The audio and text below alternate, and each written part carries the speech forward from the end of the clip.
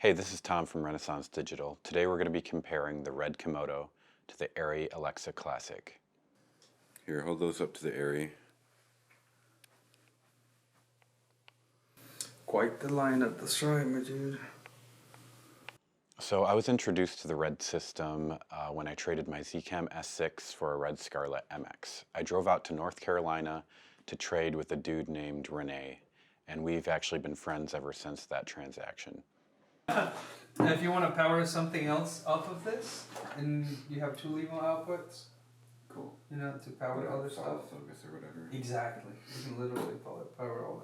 So I went to visit Rene again a couple months ago to compare his new RED Komodo with my Alexa Classic and to see how close it could come to an Alexa. Now, of course, there are some things about the Komodo that are superior to the ARRI.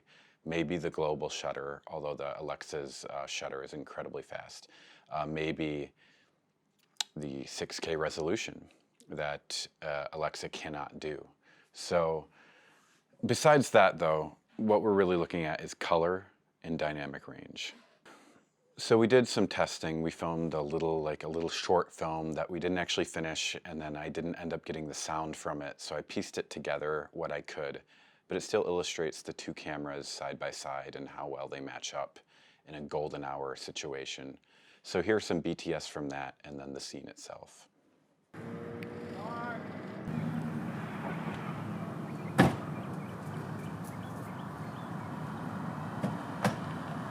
Follow too It's much. the boom.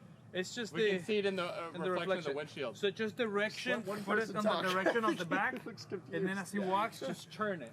You know, so that you don't have to move it. I mean, it didn't look bad, but yeah, I would push it. Let's do it one more time. I actually liked it. You're right. You can still see it. Or it needs to go out that way more. Go that way towards you, Renee. A little bit more.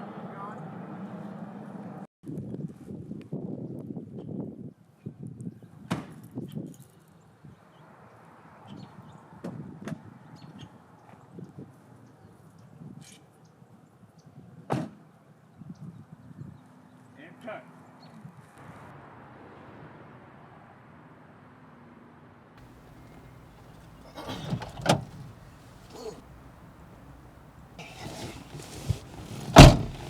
You ready? What's wrong? You think that they're gonna like me? Who? My family? Why wouldn't they like you? So I think these two match really well in golden hour. I would not be afraid to cut these, but you can let me know what you guys think. So we also filmed a Mormon choir. This situation, we had a 650 tungsten hot light going and then some natural tungsten light in the room. So it was all tungsten. And then we also filmed some interview situations in daylight, just coming through the window, daylight, all natural. So here's some BTS from that and then the scenes themselves. I think they'll serve as some good practical comparisons of the two cameras being cut together. The other scene, the tungsten one, I was hoping that would be good, but I don't know if that works as much as a test. That was We'll put the footage in crappy. there. That's just like. Dude, the wide, I wanted to reposition them, but then it was like, are they going to be upset if I keep giving directions? It was such an awkward time with that. I wish we would have done some BTS. Yeah, we thought we were doing interviews, and then we were recording like 7 people singing in this tiny room. The room was big, but there was too much stuff in it and too many people. And if I just needed a little bit of time to just rearrange them, it would have been good. But she was like, they need to get back to their families, and we had already pushed it past Whatever the point time, of being yeah. comfortable. But I don't know. Yeah, It's okay. it was interesting. We tried, dude. The interview, I think, looks really cool, though. Yeah, it did look good. It'll be a good comparison. Yeah. Yeah. So I think for this tungsten situation here, they match really, really well. And I think that's new for RED cameras. I think usually in tungsten lighting, it's where it's hard to match them to Alexas.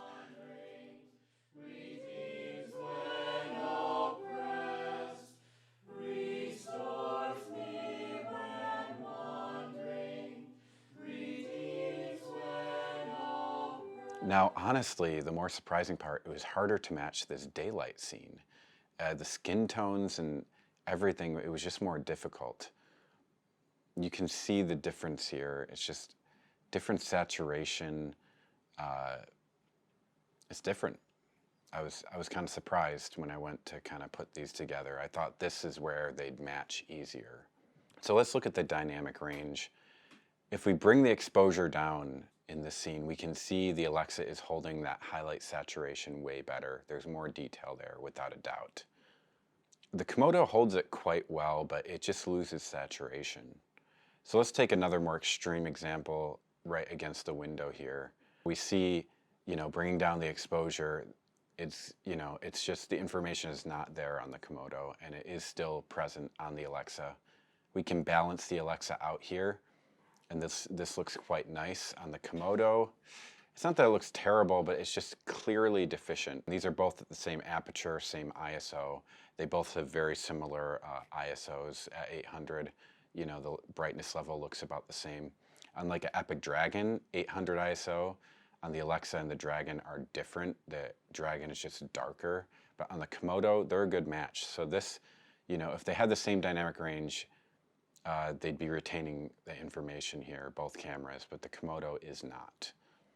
Now let's go to a nighttime setting. This was just ambient night, there's some lights coming from the buildings, that was it. I think these look pretty comparable in terms of noise and just detail retention in general. I can try to color match them here, and I think they come somewhat close. The color right off the bat is different, but they're kind of close in the shadows. I would say if we really, really underexpose like way more than this, the Alexa would come out on top, but in a practical situation, they're very similar. So are these two cameras really comparable? Well, not really. I mean, you're looking at a high-end cinema camera. It originally cost $80,000. It was made for the biggest types of productions. And then the Komodo is an entry-level, RED's cheapest camera, sort of a crash cam that can also work as a cinema camera. You can rig it up for that application, but it's not really made to be an A cam or really even a B cam for high-end productions. So they're not comparable in that way. They have a comparable price, and there are some people that are looking at them both as options. What should you go with? If you're a one-man band, go with the Komodo. If you do more stuff with a crew, or maybe if you're doing corporate work, just like interviews, some B-roll can work for that. If you just want a camera that can work for almost anything, the Classic is not it. And the Komodo is not really it either. I mean, some situations you're gonna want autofocus. You might even need autofocus. The types of shots you can do manually focusing yourself are limited, unless you have a focus puller, which you're not always gonna have depending on the project. So is the RED Komodo a do-everything camera? Not really. Again, in low light, you could get something like the A7 III, shoot at 12,800 ISO, 12-bit RAW, still get the image quality, but get that low light performance and autofocus too. So neither camera will fit every situation, but the RED is definitely more run and gun friendly. It's a bit more of a do-everything camera for sure. But there are other options. There are cheaper options. So yeah, I would say if you're looking for the ultimate in the quality in terms of color and just motion and a great codec, the Komodo is a great option. It's a compromise of image quality, brand name, and run and gun capabilities. And it's quite good in that way. It's almost like a no-brainer if you have the money. The Classic is definitely more of like, should I really get this camera? But it's so nice, the image is so nice, 2K, 444, 120 frames per second with the full sensor. It's beautiful. What the Alexa captures is beautiful. That's undeniable. Does it work for you? That's where the question is. I'm keeping it. I was almost so close to getting a RED Komodo and selling the Classic, but I'm keeping it. I love it. I'm gonna stick with it. But I'm pushing for more crew on the projects I do. And sometimes I leave it at home. Sometimes I take a smaller camera. And you may want something that you just use for every single, project. And this probably isn't it. The Classic probably is not that camera. So image quality, dynamic range, better than the Komodo. But dynamic range is not everything. So I've been using the Epic Dragon on a feature film, very run and gun feature in Detroit, and it's actually a great option too. It's easier, support gear is easier, it's relatively light. The body's 5 pounds. It gets up to be more than that, of course, with the entire rig, but still relatively light. You know, almost 1/3 the weight of the Alexa Classic. And the quality of the image is stellar. Great dynamic range, great color. Again, 6K red code, so nothing to complain about there. I think it's not quite as good in low light as the Alexa. I'd be kind of comfortable pushing the Alexa up to 1600 ISO. I don't think I'd do that with the Dragon. And the Dragon at 800 ISO looks like 400 ISO on the Alexa Classic. So there's that too. It's not as good in lower light. But the dynamic range is surprisingly good. Here's a comparison, dynamic range comparison. It almost looks like the Dragon is equal to the Alexa here. But what you have to keep in mind is because the Dragon exposes lower at the same ISO, it's actually exposing a stop lower. So if I expose them the same, the Alexa would have more highlight retention. We can see shooting at this very dark situation that the red looks darker. And we can bring it up, and I would say the Alexa definitely looks more pleasant here in a super low light situation. But the great thing about a RED, regardless of which one you get, they just have a very cinematic roll off into the shadows. There's always a ton of shadow information, and it gets noisy, but it's very pleasant to have that. With, you know, some cheaper cameras, you just get more of a cutoff in the shadows. It starts to get ugly really quickly. That's always something positive about RED. 16-bit makes for a nice image for sure. You know, it's a good option, but these often go for more than a Komodo. Of course, you're getting an entire package often for like 7K probably at the low end. You can sometimes find a body for 5K. It doesn't come up that much, but of course you need the monitor, you need the media, the RED mags, so it's not the cheapest option out there, of course. But it does look great. I can't say that RED cameras don't look good. Here's another mixed lighting situation.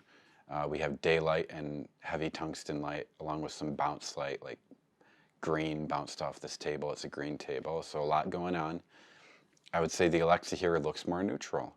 You know, with the RED, you really see those different sources of light, and it's very distinct. It's a cool look, but I'd say the Alexa is definitely a little more natural. I think in this way, this is where the Komodo has caught up, color science-wise, more to the Alexa, which makes it even more enticing. But I have to say, after shooting with the Epic Dragon, I don't think I'd shy away from it in the future. It's a nice package.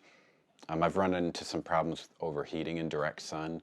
Got to get some shade over that camera, but overall, it's pretty run and gun friendly, I would say. There are situations where it gets heavy, and something half the size, like a Komodo, might be nice, but it's not bad at all. It makes the Alexa Classic look like a big grizzly bear, so. But yeah, hopefully this was insightful. Hopefully this helped someone out.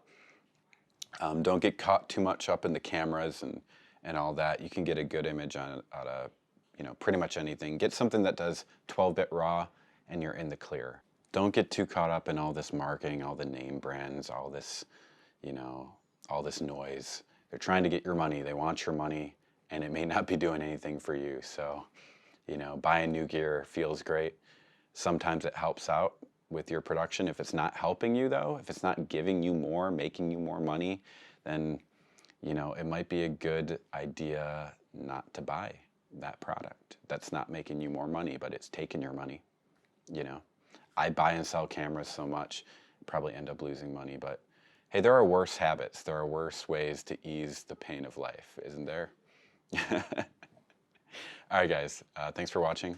Stay tuned. We'll put out some more content soon, hopefully. This video was very hard to make. It took so much time that I don't have, but, you know, it's fun. Hopefully it's helpful. All right, guys, peace.